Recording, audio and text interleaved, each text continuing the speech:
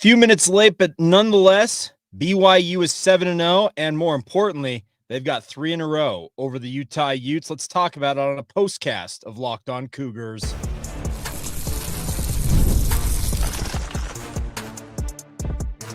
You are Locked On Cougars, your daily podcast on the BYU Cougars, part of the Locked On Podcast Network, your team every day.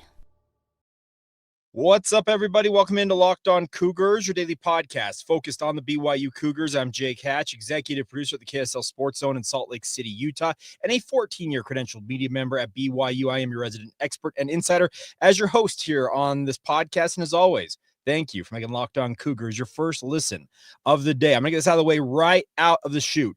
Like this show right here on YouTube. I'm pointing down to it. Hit that like button. That's all I want from you guys tonight.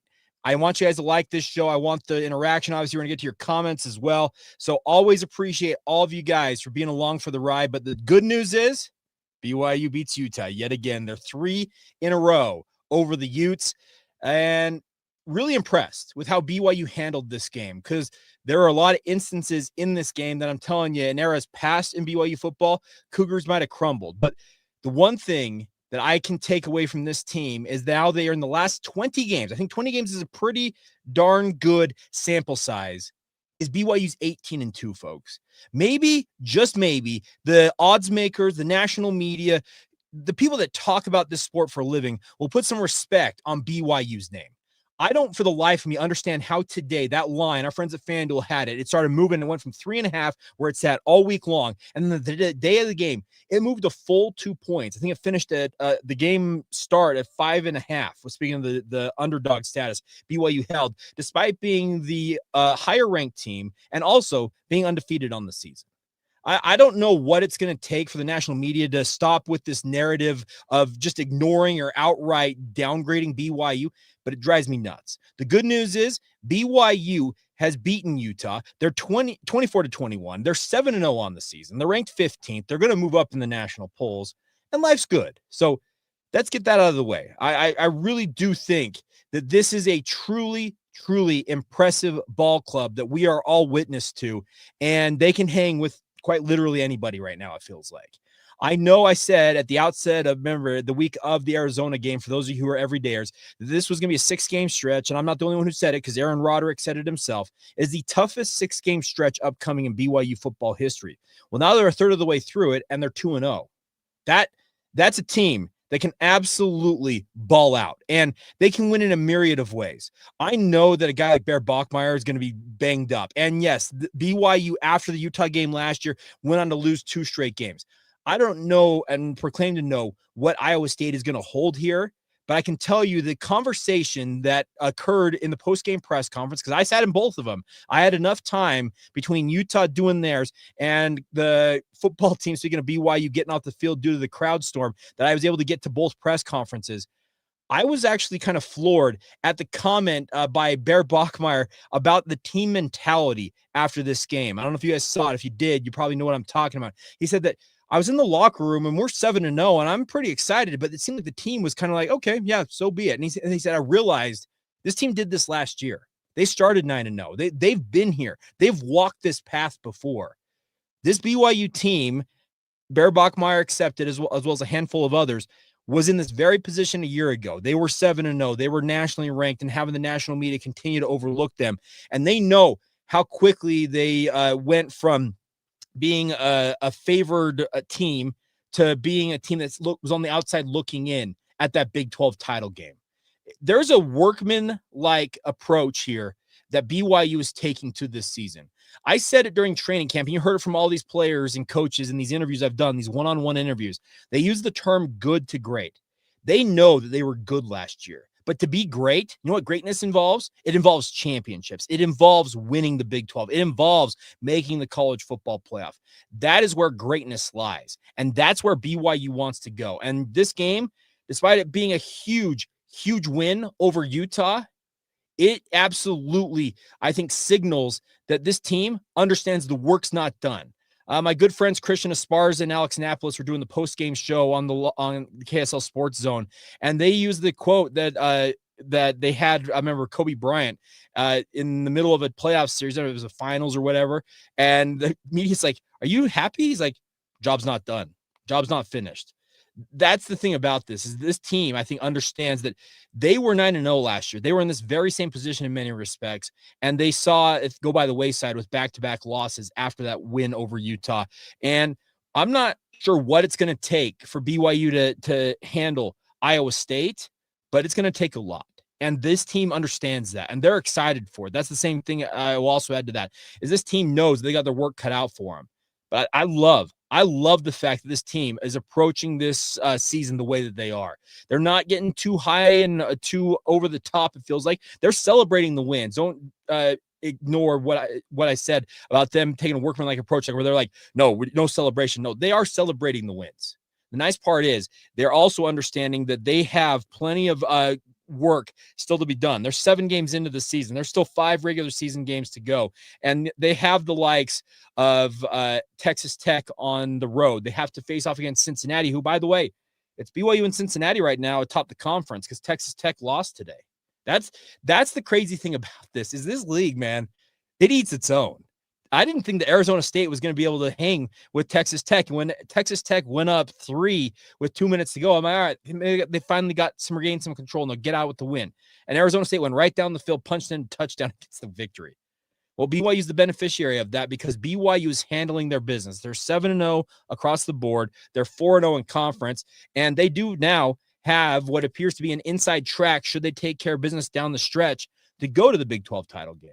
Them and Cincinnati, they're the only ones that truly control their destiny. And I know my good friend MP Mountaineer Paul is in the chat right now. MP, I am stunned that you are awake. It is 12:42 a.m. Mountain Time, and you are on Eastern Time. You are at 2:42 a.m., and he has a good point here. Be happy your schedule is forgiving early.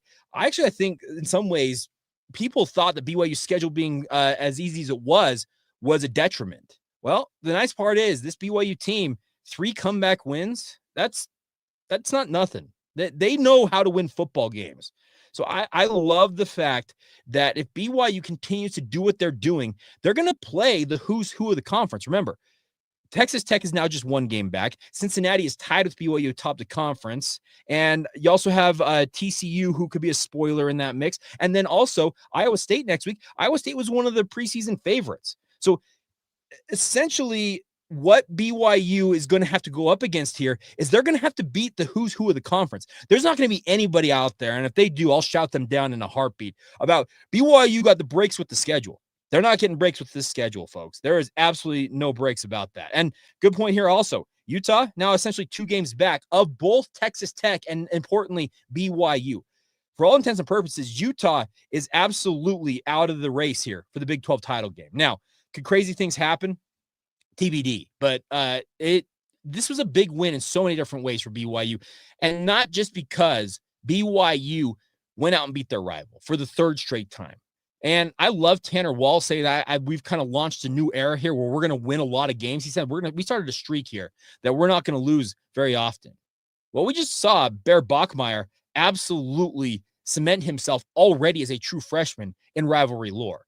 That leap over Jackson Benny and then later that touchdown run from 22 yards out, those are plays that are not going to be soon forgotten. And he was asked in the post-game press conference, you looking forward to maybe seeing your picture up on this wall of that leap? And he said, well, I hope they got a good shot of it. And I assured him in the post-game, they got a shot of it. And I used it as the graphic that you see for this podcast.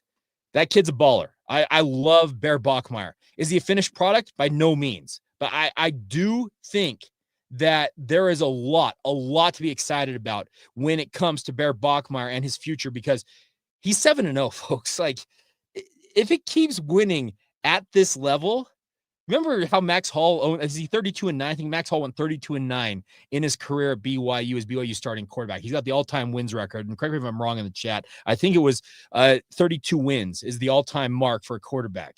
Well, if a guy like Bear Bachmeier continues on the path he's on, that record's in danger. Now, I'm projecting way down the line. There's a whole lot of football to do that. But I do love the fact that this is a young man that at 19 years old, he is a man's man. And I love that about him. I also I'm just getting stuff on my chest. So just roll with me on this. I did a long podcast on Friday. I think I'm going to make it tradition. We're just going to roll with it. So we're talking a lot about BYU, but I said a lot about the offense.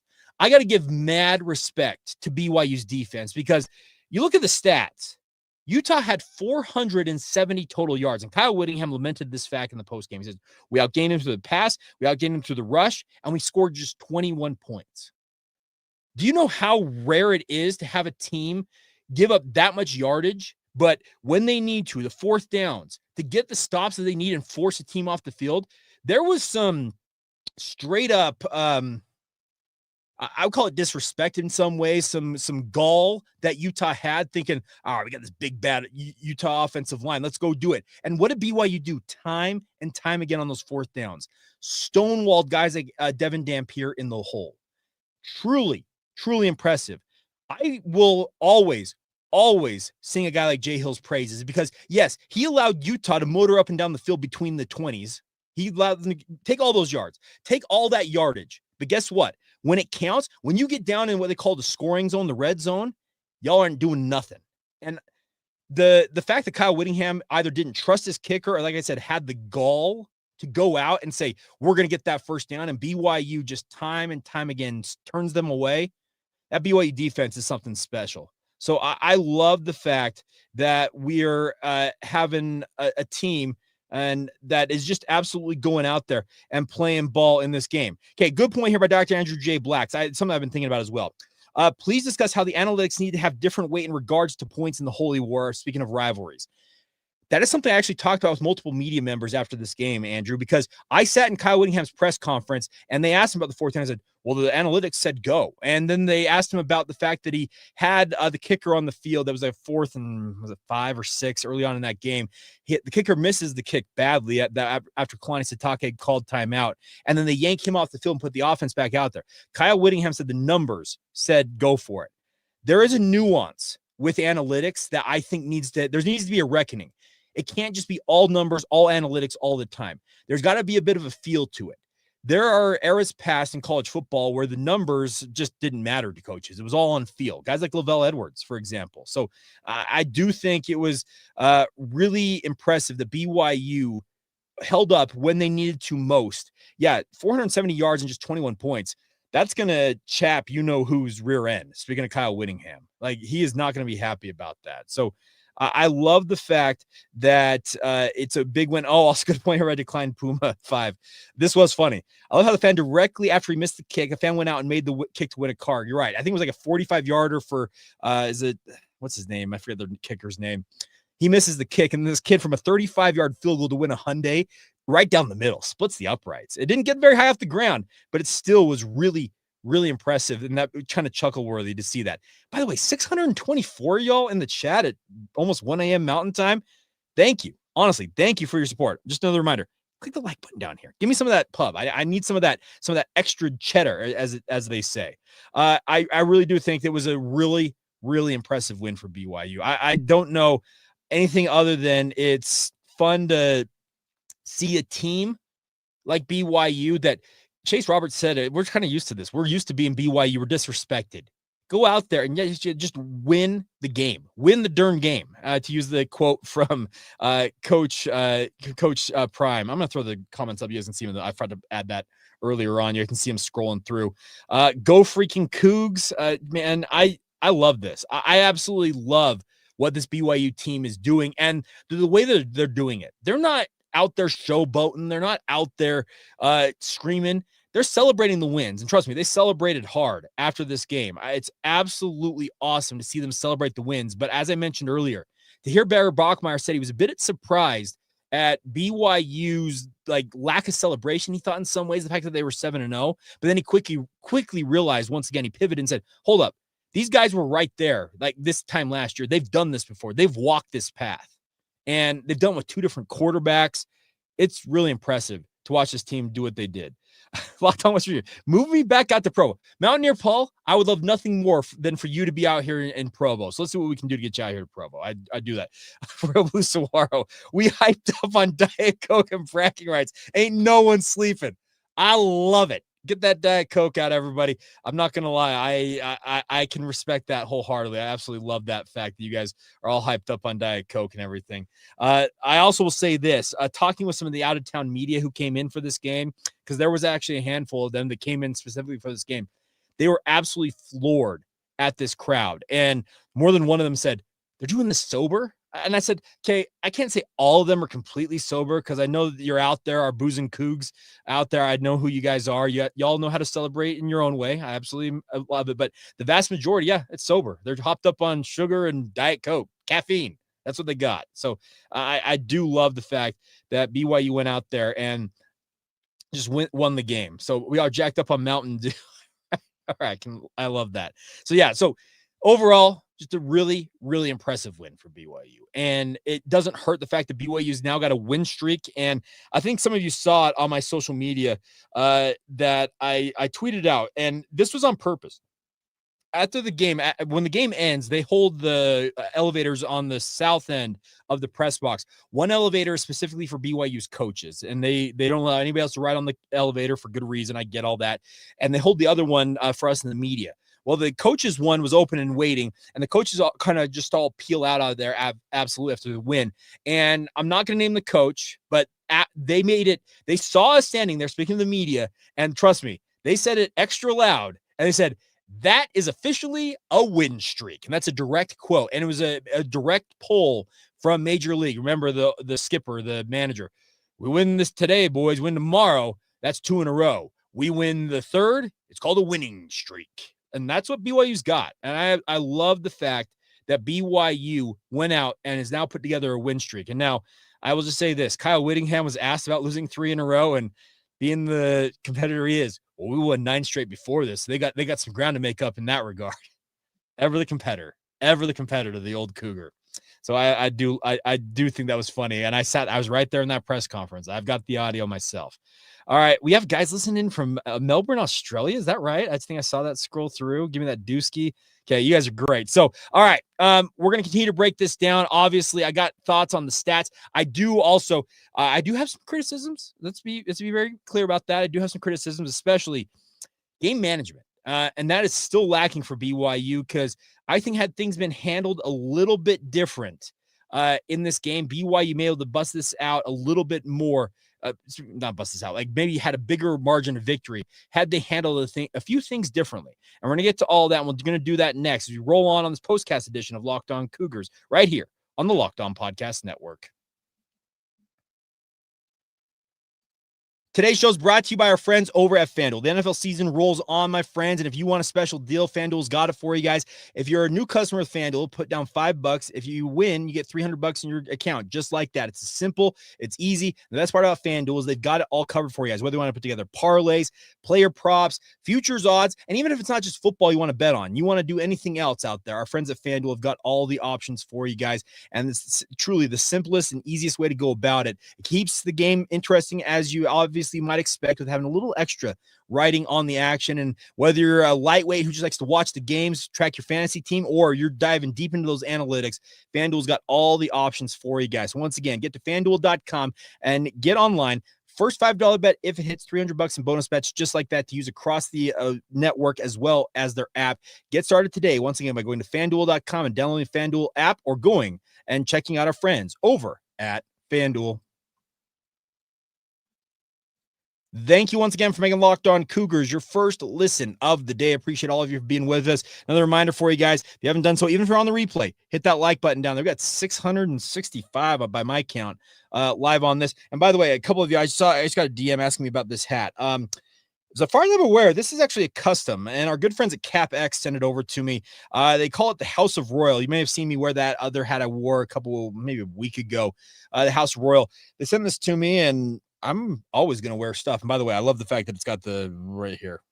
That's one of my favorite logos of all time for BYU, that beat digger Cougars, I like to call it. But truthfully, thank you for all of your support. All right. So at the end of the first half, I am still trying to figure out what in the world Kalani, Sitake, and company were doing there. Aaron Roderick, everybody involved. They had about a minute to go, and they go with back-to-back run plays by LJ Martin.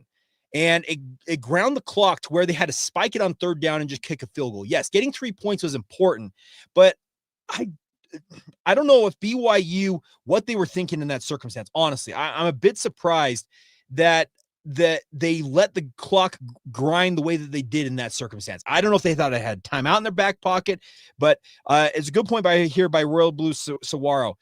I loved Bears fire at the end of the half. He was so frustrated with the mismanagement. Good, put the staff on notice. Accountability goes both ways. And you're right. He did look like he was upset about how things were going with that in that circumstance. And I don't blame him, because had BYU managed that clock better, they very easily could have had a touchdown. And I'm not saying they would have made the play that would have scored the touchdown, but they killed themselves and lost at least 40 plus seconds with those back-to-back run plays. I understand you want to like establish dominance and whatnot, and your goal is to get points out of that circumstance. But in that circumstance alone, it just felt like I don't know. And I kind of harkened back, and this is also the same thing late in the game. Remember, 4th and 5, Bear Bachmeier throws it deep. And I respect the fact they had kind of a mindset, hey, let's go for the jugular, score a touchdown, and put this game on ice. But kick the field goal there. I know going up 13 isn't like we're still a 2-possession game. You know what? So be it. Take the 2-possession game.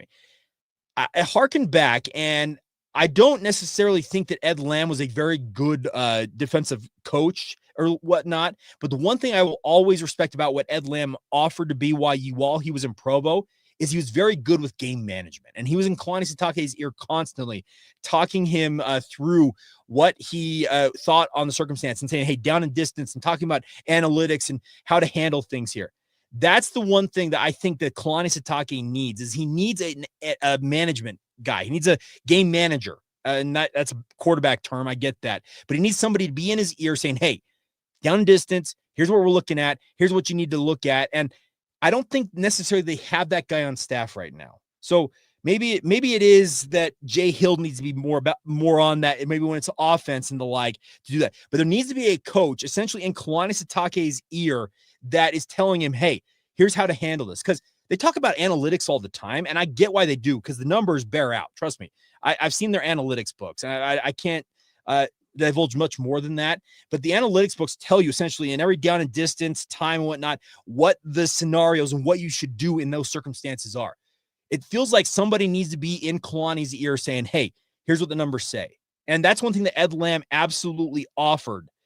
And that has been lacking since Ed left the staff. And other things led to Ed leaving the staff. He's been at Northern Colorado now as the head coach, and good on him. I hope he does his thing. But I do think that is something that needs to be analyzed. Good point by Guy Gusman here. Why isn't Gary Anderson doing that? I don't know. I think Coach Prime is horrible at clocks manager. I threw the wrong one. Coach Prime is pretty bad at it too. But I do think that they do need to have somebody like a Gary Anderson maybe doing that. That's actually a good point by Guy there. Maybe they do need to bring Gary and have him. I know that Gary's up in the box. He sits between A-Rod and Jay, and he talks through strategy with them. But maybe he should be on headset essentially in Kalani's ear saying, hey, watch this, watch that. But I don't know who it is. They need to make sure that they get that figured out, because that can bite you in the rear end. That can absolutely bite you in the rear end. So I do like the fact that BYU won that, but that circumstance, those circumstances, I should say, could have hurt BYU. So that's the criticism I'll offer, is that maybe they just need to find somebody out there. All right. So good points here also. There's some of you saying that, well, Bear was caught, saying a swear word on TV. You know what? So be it. And you tread the bold. I remember when Byron Rex gave the crowd the double bird in Hawaii. Okay, that is a good one. That is a very good one. Byron Rex had to apologize and a bunch of different stuff. And I can tell you, his boys, they've never let their dad live it down. And by the way, it's good to see Preston doing a good job out there. I know that Preston's not maybe a natural running back because he's more of a wide receiver. He played wide receiver growing up, but he's offering, I think, options out there at running back for BYU. And I don't know if and when Sione Moa is going to come back, but I would love to have a guy like Sione back in that lineup soon. This team, I'm telling you, BYU has that bye week after Iowa State. They're gonna need that week. This team's beat up right now. Guy Gusman, I remember the Jim McMahon language days. I have heard absolutely legendary stories about Jim McMahon and his language. And I think it was also shown on the field in multiple circumstances, but so be it. It is what it is. Isaiah was of unclean lips too. It happens. It does. I think I've told this story before. I've actually got a really good friend, and heck, he may be watching and or listening to this podcast live. I know he'll catch it later if he doesn't. He was a former walk-on at BYU, and let's just put it this way. When you're a walk-on, you are trying to do everything within your power to make a team. And he took what he considered to be a late hit is probably the best way to describe it. And he said that he got up and he let the guy that tackled him know exactly what he thought of him. And he said, I used a whole string of 4-letter words and more to let him know what I thought of that circumstance. And he said the guy that he tackled essentially kind of looked at him and kind of gave him like the big eyes look. And he turns around. And the way he describes it is there were at least 2 members of the Quorum of the 12 Apostles of the Church of Jesus Christ of Latter-day Saints, and also a few 70s standing right there within earshot of what he had just uttered to this player. And he said he turned around and thought his life was over. And he said the one thing he always loved is that one of the Quorum of the 12, he didn't say who it was. If he did, I forgot. Said that one of the Quorum of the 12 looked at him and said, we get it. That's all he needed to say. So it wasn't 1979, PJ. That would be a good one from our good friend Cougar, by the way. R.I.P. Cougar. It was not our good friend Cougar lover. Speaking of Michael McQuain, it was not him. It was actually, this is in the mid 2000s, if I recall, when it all went down. So I do like the fact that BYU shows some emotion out there. It really is. This is a game of football. I'd say it all the time. It's a violent game. By the way, the hit that Faletau Satuala put on, I think it was Tobias Merriweather, that is about as a violent, clean hit as you will see in college football. That was, I'm telling you, in the press box, it's a working environment, so you don't get a ton of like super big reaction. But that hit from Faletau Satuala, I heard multiple like people going, ooh, and we're talking seasoned professionals who have watched decades of football who are like, whoo, because that hit, man, Faletau Satuala is absolutely a playmaker. I am floored at how good he has gotten. And much like Bear, I'm excited to see how much better he can get. I think he's on a really, really good track. I still think for the life of me, I would like to see him at linebacker, maybe filling that Isaiah Glasker role down the line, but that can be discussed down the line. But I do think a good point by the smile on his face after that hit was awesome. You very rarely in this day and age get to hit guys the way that he hit that player because, let's be honest, they've legislated a lot of the big hits out of the game. And I do think that it is cool to see guys like that when they make those plays. They know how rare it is, and they get to celebrate that fact. I'm all for it. I'm floored it wasn't reviewed for targeting. I know it wasn't targeting, but I'm surprised it wasn't reviewed. I actually respected the officials on the field call and just rolled with it. I actually love that fact. I do love the fact that they just let it roll. Now, I'll also say this. The targeting call on Bear Bachmeier, 100% targeting. And Kyle Whittingham, he's like, they told me it was targeting. I will say this one thing in Kyle Whittingham's defense. He literally hates the targeting call. He just thinks it's absolutely, he thinks it's just a dumb rule. The rule is to protect guys like Bear Bachmeier, to protect them from the shot that Lander Barton put on him. Lander Barton, they say all the time, hit what you can see. Lander Barton could not see what he was hitting on that play. He put his head down, crown of the helmet, put it right through Bear Bachmeier's face mask. And I'm telling you, Bear Bachmeier, the kid takes a lot of hits and he's going to be sore. That one in particular was pretty cut and dry. I don't see how you can defend that one if you want to talk about targeting. If you're Kyle Whittingham, I'll just say that. Okay, good point here by Guy Gusman. Jake, any comment about the defensive PIs on the Cougs? Pass interference is more and more a subjective call, and I can tell you, I don't know if you guys saw it on the game broadcast. I was actually looking up at the TV. Remember at the first kickoff of the second half, they called the holding or whatever they called, and they called for the re-kick. And Kyle Whittingham, I could see it on the TV. He walks over to the line judge who's on his side of the field and says, they have 0 calls. There's gamesmanship in this sport. And I know that Kyle was making it very clear that they had the 0 penalties at that point for BYU. I thought that the first PI, I think you're asking Guy about the last 2 on that drive that got Utah that touchdown to get him within 3. The first one, I was like, okay, so be it. The second one, not PI. Like, if you're going to let guys battle the way that they battled tonight at wide receiver, and you got to let that play go. Now, were these officials probably aware of a certain call last year that affected the outcome of this game?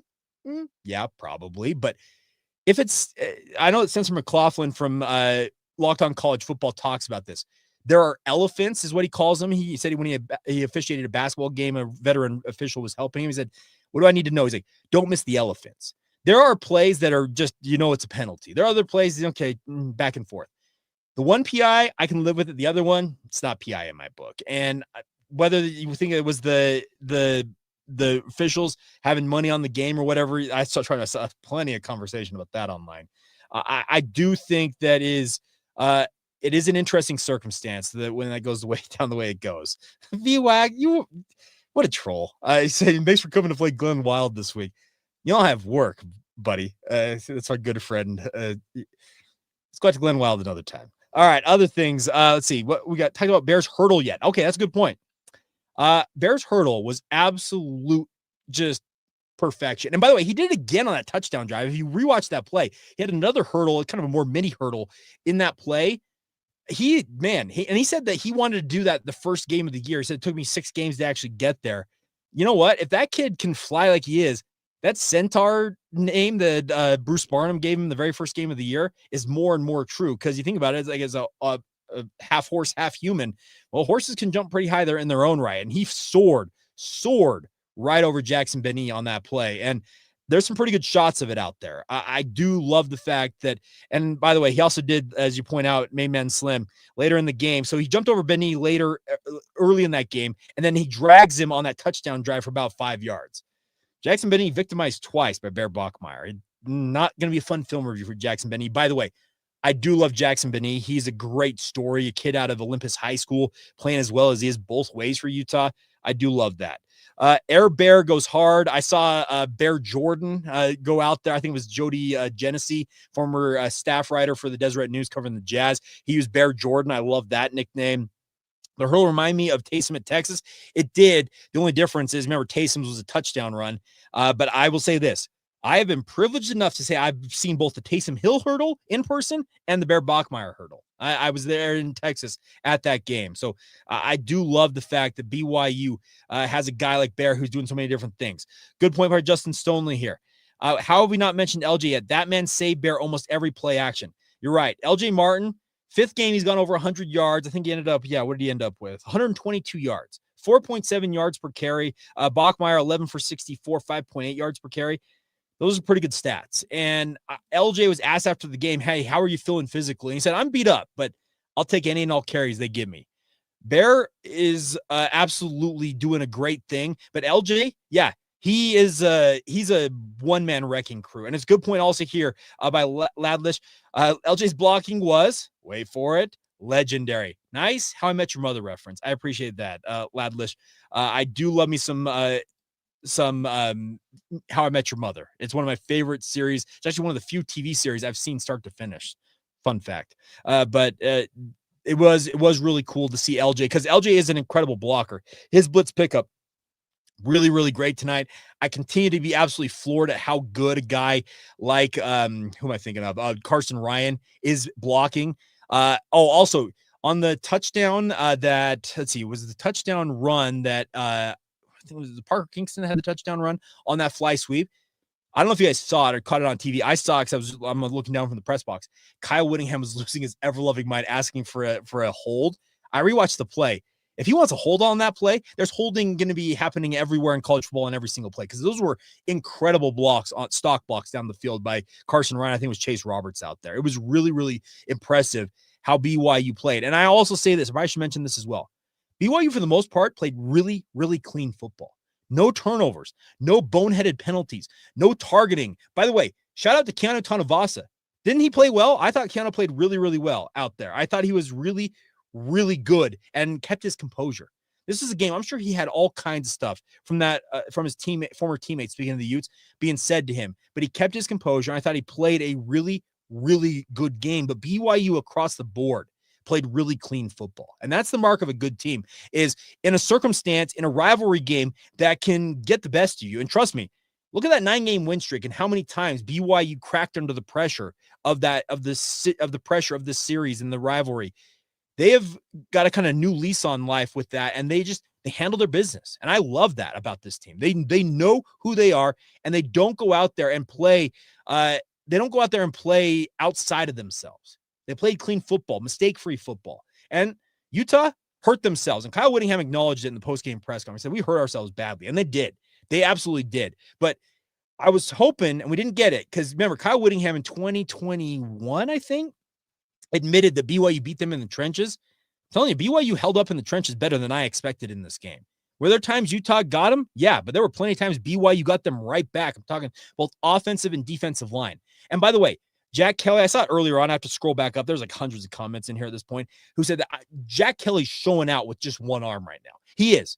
And I don't think he's necessarily one arm. I can tell you this much. Jack Kelly, that's a man's man. I love that kid. He is an absolute baller. And I know that his shoulder injury, it's fairly significant. The good news on it is that the damage is done. And so long as he can manage the pain and everything, he's going to play ball. And I'm telling you, it would have taken heaven and hell to keep him off the field in this game. That's a kid that's born in this state. He's born in Salt Lake County. He's from Kearns, Utah. He wants to play in this game. I love the fact that BYU went toe-to-toe with the team. Good point from Zach Clark. So much for their best offensive line ever. BYU held them very, very well in that game. Good point here by main man Slim. Utah exposed, stop Dampier, and you will win. I don't, for the life of me, understand why they ever throw down the field if they're Utah. Like, Dampier, no offense, cannot throw the deep ball. He just throws it up. It's like a can of corn, to use a baseball expression. That's why Tanner Wall went up and got that ball. All he had to do was range to his left, track that ball like he's a center fielder, and come down with it. Unless Devin Dampier can drive that ball, and we're talking like what Bear Bachmeier did on that touchdown throw, which way, like pinpoint accuracy to Chase Roberts. I should have talked about that as well. What a throw that was. That's the type of throw down the field. You got to be able to put some power on it and drive it down the field.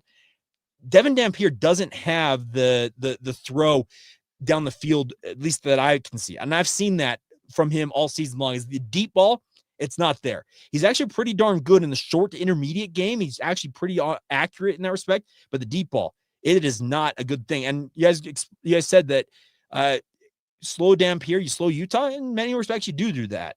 So, yeah, Tanner Wall comment on Dampier's passing was pretty wild. He said it to, I think it was BYU Sports Nation, essentially saying, yeah, I don't respect essentially his passing prowess. I can understand that. I do think that it was really, really interesting to see Utah, for whatever reason, thinking they can throw the ball down the field, but BYU made him pay for it. Good point by PJ, my good friend PJ Morgan. How much was the lack of rapid tackling on the defense, and how much was the skill of Utah's ball handlers? You always have half and half, but I'm telling you, BYU's players slid off too often in this game. I'm telling you, they had guys like Dampier appeared to be down for sacks, and they need to finish the play. They've got to be able to go out there and make a play. That's one thing that BYU, their tackling, needs to improve by leaps and bounds. It continues to be a bit of an issue. Okay, I will say this. Horrible Solar's got a good point. I love seeing big number 99 for Utah, even if it was against us. I love big man plays. That is Semi Taulanga, and that kid, he's a baller. He's playing fullback for Utah right now. He caught a pass, and I'm telling you, he ain't going around you. He ain't going over you. He's going right through you. I'm with you. I do like the fact that there is a big guy out there. Okay, good point here by RM Destroyer. I think we got that right. Jake, do you think there'll be an asterisk on this win due to Dampier being hurt the last quarter and a half of a game? Okay, we asked Dampier postgame. I was in that press conference. Dampier says, no, I'm good. That's exactly what he said. Kyle Whittingham comes in. I think it was Jason Batikow from the Salt Lake Tribune said, hey, was Devin Dampier healthy? And Kyle Whittingham says, well, you'll have to ask him. Well, we asked him. He says he was good. So if they want to use that as an asterisk, doesn't exist. I'll roll the audio for him. They cannot use that as an excuse because Dampier said he was good. So there you go. Let's see other comments here that you guys have got in this. Man, they're rolling in here. By the way, we reached over 800, I think, in terms of viewers at one point on this. You guys are absolutely awesome. And I think obviously big game, big win for BYU. There's no doubt about that. Arm Destroyer says he was limping to the sideline. We saw him from the stands where we were sitting. Okay. He says he was good. So I'm taking him at his word. I didn't see, I thought he was limping a little bit myself, but if they want to put an asterisk on it. No. He said it himself. I'm good. There's going to be absolutely awesome. Let's see here. Oh, good point on this. The edits for this game are going to be late. Speaking of the cut, I think is what you're talking about there.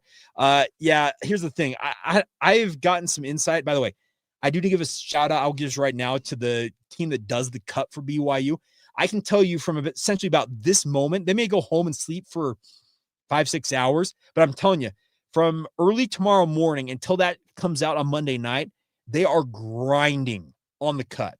The work that BYU does, and yes, I know it's over 20 minutes now. That doesn't matter. The work that they put in on that, that's pretty impressive stuff. And I know that for them to turn that around in it's like 36 hours, maybe at the max, is pretty impressive stuff. I do love the fact that they're doing their thing. Let's see. Thought it was funny. They asked us not to rush the field. And then it's like, good luck with that, LOL. That comes from Loomis. Okay. Tanner Wall said in the postgame that somebody offered to pay that fine. Some booster out there, I'm sure, was like, guys, I'll take the hit. Let me know how much I owe you. I do think that it is really cool to see people like that stepping up in that circumstance. And we're 40 minutes in here. I probably should wrap this up soon. Okay, let's get this from W. Breedy, I think. Jake, how do you feel about the Texas Tech loss? How do you feel about Texas Tech loss? How does it affect BYU in the conference? Well, it takes the odds-on favorite to play in the Big 12 title game and knocks them down a peg.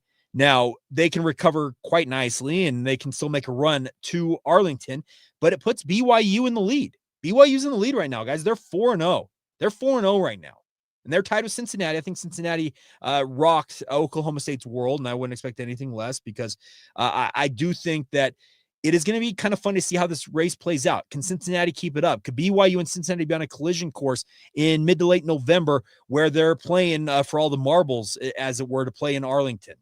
That's TBD. But I do think that the biggest thing to take away from Texas Tech is, yes, they got knocked down a peg, but they're still very capable of making that run. I do think that it was a big result for Arizona State for them to bounce back the way that they did. Because remember, Arizona State got absolutely crushed by this Utah team. And the crazy thing about Arizona State is, without Sam Leavitt, they are like imminently beatable. But when he's on the field for some reason, they're absolutely awesome. So I do think it's a really interesting dynamic. The Big 12 race, it feels like it's just starting in some ways. Because, yeah, Texas Tech drops off here, so they're back a little bit. But BYU's right there at the top, and that's a good spot to be. Everything BYU wants is still in their hands. That's what you want. You don't want to have to worry about strength of schedule because, okay, I don't know how many of you realize this. Had BYU beaten Kansas and lost to Houston last year, they would have made the Big 12 title game. Make that make sense to me. Like, the fact that you're going with strength of schedule against conference, like the tiebreakers in this conference baffle me to no end. There needs to be a revamp of that. But I do think it's something that the race, it is going to be wild. So don't count Texas Tech out by any means because it's just one loss. They'll bounce back. I got no problem in that. But I do think that BYU knows that they let things slip last year, especially in the aftermath of this Utah game. They lost back-to-back games that cost them that Big 12 title game in the end. So I do think that this team, speaking of BYU, knows everything they've got in front of them. Good point. A lot of you asking like what my prediction is for BYU in the AP poll. Top 10, I could see them rising to 10. I think in the aftermath, they beat the darling that is Utah. Because remember, the national media has just a fascination with Kyle Whittingham and the Utes. They beat Utah head-to-head for the third straight year. As I just opened this podcast, I want the national media to put some respect on BYU's name. It's wild to me that they don't, for whatever reason, give BYU the respect that they deserve. And it's a good point here by main man Slim. For the top 10 lost. Yeah, they very well could find themselves inside the top 10. We'll see. I'm interested to see where it all goes. But I'll say right now, I'll say 10th. I think they rise to 10th. That's my personal opinion. I think they get to 10. ISU on a bye week has me scared. They're going to be fresh and ready out for blood. That is a good point. ISU does get a rest up ahead of this game for BYU, and BYU does have the bye after this ISU game. The one thing that Kalani Sitake, I'm sure you'll hear on Monday, is, hey, we got a bye week coming up. Let's empty the tank. And what that means is give it everything you got here because you have an extra week to prepare afterwards for the Texas Tech showdown down there in Lubbock. So I do think that BYU knows what they're up against. They know how to manage this, and they're intent on making sure that they succeed where last year's team failed, if that makes sense. I think that is a hallmark of this team is they know how close they were to it last year, and they want it. They want it so badly, and we'll see where it all ends up. D-Nuck says 11. I got people saying 9. Speaking of main man slim, Vegas will have them as an underdog at Iowa. Go right on ahead. I don't think this BYU team gives a rat's about being an underdog. They love playing that role, and good on them. Keep on doubting the Cougars. That they're 18-2 in their last 20 games. I wish somebody in the national media would acknowledge that fact at a higher level than myself. Maybe I'm missing that. Maybe I'm not saying that. VWAG 6 or 7. I'm not playing that game, VWAG. You can't make me do it. I'm not playing the stupid meme. You know what I'm talking about. All right. Who cares what Vegas says? Good point. I don't think BYU cares that much. They're just playing ball, and they're winning. They're winning a lot right now. So I think this is a really, really impressive run that BYU's on. And maybe the national media, the pollsters out there will sit up and pay a little more attention, because the nice part about this game is nobody can say they had an excuse that they went to bed, because this game was at 6 o'clock. It's 8 o'clock on the East Coast. And by the way, it was a really fast moving game. Did we play it? And I don't remember what the game time was. It was not a very long game because these two teams kept running at each other. So they can't use the excuse that they missed it. 3 hours and 31 minutes. We played an expeditious type game. 3 hours and 31 minutes. I love that. And nobody can say that they missed this game, because it was on Fox. It was available wherever, whether you have rabbit ears, you're on cable, you stream like I do, you have an internet-based TV. It was available everywhere today. So I do like that fact that BYU is doing some good things. I did not see this, because I obviously wasn't watching the broadcast. I'll see it probably tomorrow when I rewatch this game. RG3 said the ceiling is a national championship. Impressed him. So that's good, LOL. Hey, RG3, man, that guy knows ball. He and by the way, he was very effusive in his praise of BYU. It was really, really cool to see that. So I love the fact that BYU just goes out there and plays ball. They don't really care what people say about them. They are a team that is playing really, really good football right now, and we should celebrate that fact, in addition to the fact that, hey, Utah, that's a winning streak. It's fun. All right, I think that's going to do it for tonight. So as always, you guys are the absolute best out there. I love the fact that guys like RG3, if they want to start pubbing BYU, go right on ahead. BYU needs some love in the national media, and I love the fact that if a guy like RG3 is willing to go out there and do it, maybe more people will sit up and pay a little more attention to that. So I do think it's a good thing to see that that BYU is getting at least some respect from other people. I have a clip of Urban repping the Y. Hold on. Main man Slim. Is that evidence? You have evidence of this? Him repping the Y? Woo. Because he was pretty good, by the way. Showing some personality, it felt like. And by the way, props to those of you who are at Big Noon Kickoff. I'm sure those of you who are up earlier and still with me on that. I love the fact that you guys were up as early as you are and hanging out with me on a late night. So really, really cool to see that. One more thing. Last time, hit the like button down here. That's all I care about. Give me a thumbs up. That's I've realized that more and more that matters to get it in the, the algorithm, whatever you want to call it. So as always, thank you for your support. And a good point here by Brels MT. We'll finish up on this. BYU just needs to focus on going 1-0 each week. I know that's their mindset. They've been very good about that. And I love the fact that they're just going out there and playing ball. You can tell these guys love playing football, and they love their teammates. They play with each other. I don't mean to get sappy on it, but that's a mark of a good team. It's a mark of a good culture. And that's one thing I will always give Kalani Sitake credit for. He has built a culture. They talk about the love and learn. The bones of BYU football, super, super strong right now. It is awesome to see that. And no matter what the Salt Lake Tribune may write about BYU offering players money, I love the fact that BYU is a player in the NIL sphere. You think I'm going to back down from that? Absolutely not. I'm not going to back away. Was it Lillianquist, whoever said that? We will not be outbid. Keep crowing about it. BYU is a player when it comes to bringing in top talent, as they should be. Because guess what? Them's the rules, everybody. All right, that's it. As always, main man Slim, Jacob C. Hatch. You see it right here if you're watching this on YouTube. That's my YouTube right there. Yeah, Jacob C. Hatch. Just send it to me on social media. I'd love to see that. All right, Quint the Whipple every day now. Thanks, Jake. You're the man. Appreciate all of you guys.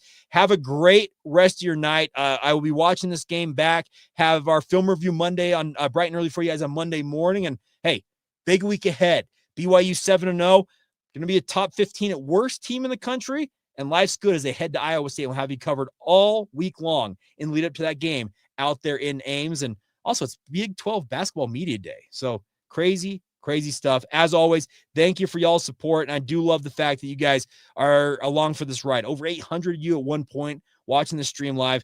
Can't thank you guys enough for it. You guys are the absolute best. Thank you for being true everydayers and supporting what I do here on this show. Have a great night. And hey, go Cougs. Big win for the Cougars tonight, beating Utah. We'll be back with you guys again on Monday morning right here on Locked On Cougars.